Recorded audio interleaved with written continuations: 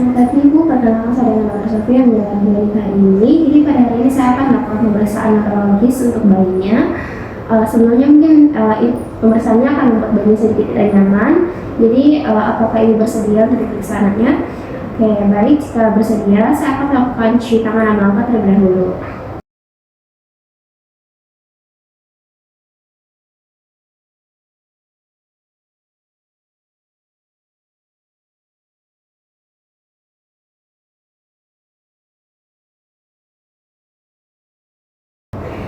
Selanjutnya saya akan melihat tingkat kesadarannya. Jadi untuk tingkat kesadarannya 456, GCS 16 normal, kemudian penampilannya juga normal, posturnya normal. Selanjutnya saya akan periksa untuk kepala bayinya. Jadi untuk bentuk kepalanya normal, kemudian dibandingkan dengan orang tua atau keluarganya. Selanjutnya saya akan mengukur lingkar kepala bayi menggunakan pita ukur.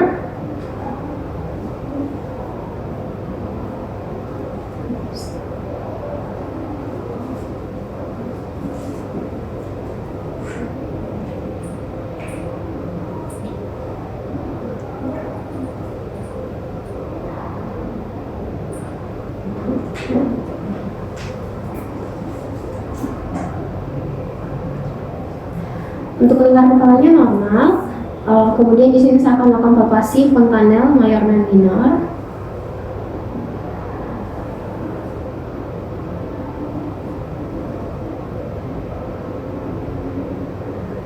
Oke, untuk hasil palpasinya juga normal. Kemudian selanjutnya saya akan melakukan pemeriksaan neuromuskular pada anak. Di mana di sini saya akan memeriksa untuk tonus dan refleks tendon ekstremitas superior. Saya akan melakukan pemeriksaan dengan mengetuk palu refleks pada tendon otot biceps brachii pada kedua lengan kanan dan kiri.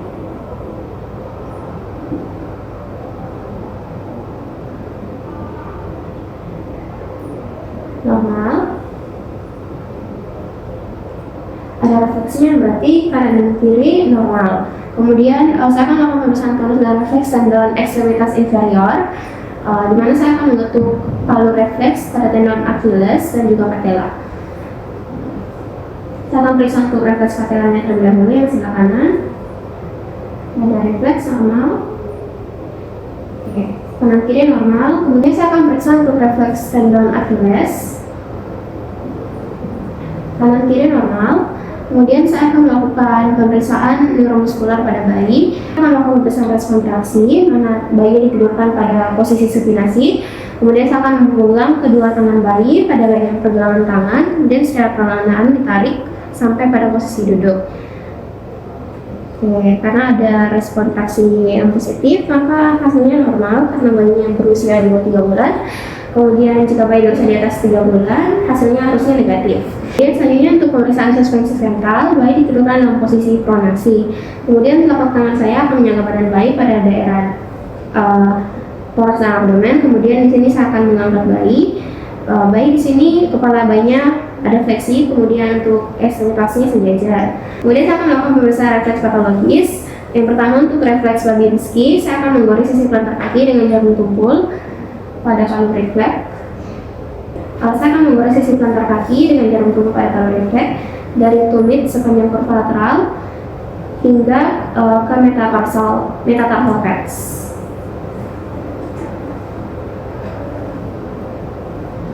Oke, hasilnya negatif, berarti normal. Selanjutnya saya akan periksa refleks primitif. Yang pertama untuk refleks lorot, saya akan menjatuhkan bayi secara mendadak pada sudut 10 hingga 15 derajat.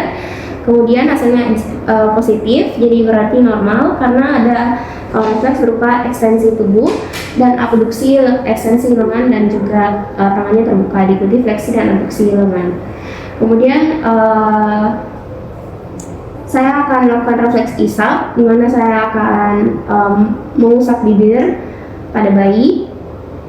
Oke, ada refleks mencuci yang berarti hasilnya ini normal. Saya akan memeriksa tonik leher dengan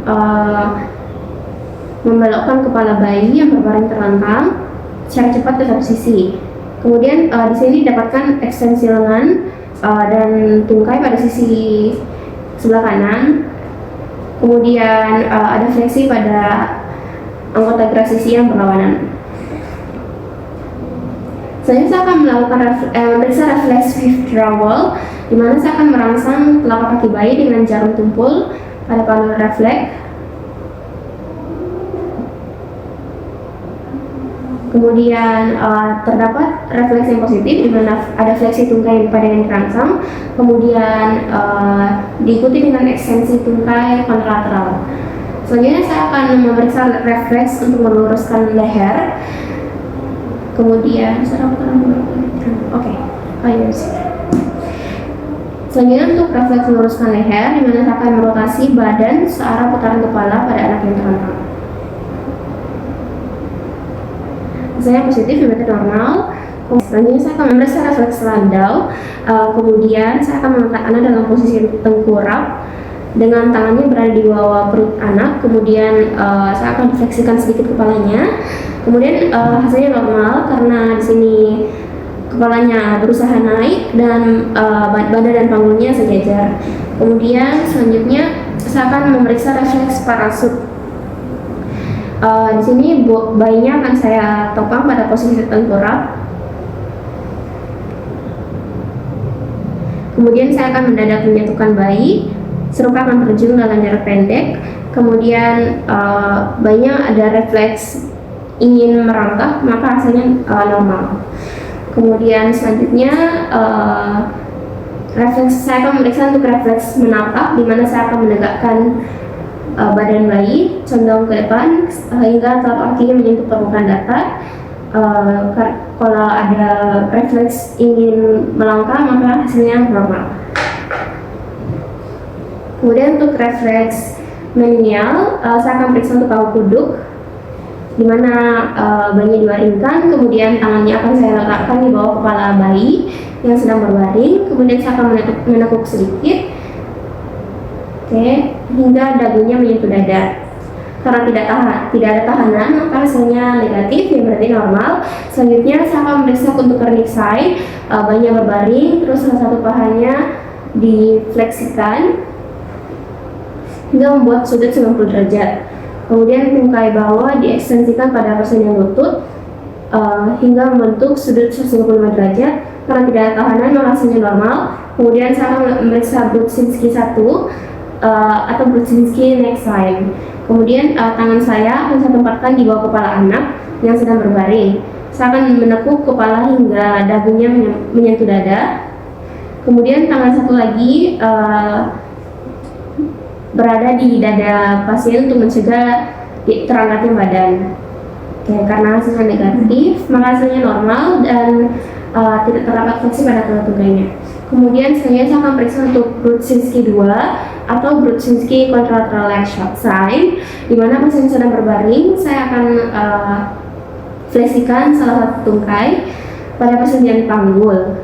Kemudian tungkai satunya berada dalam keadaan ekstensi atau lurus.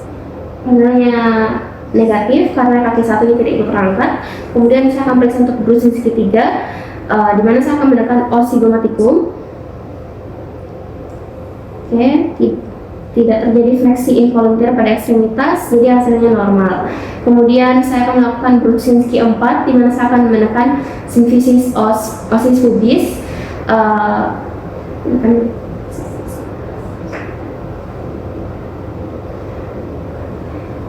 Untuk hasilnya negatif, yang berarti normal karena tidak terjadi fleksi involunter ekstremitas inferior.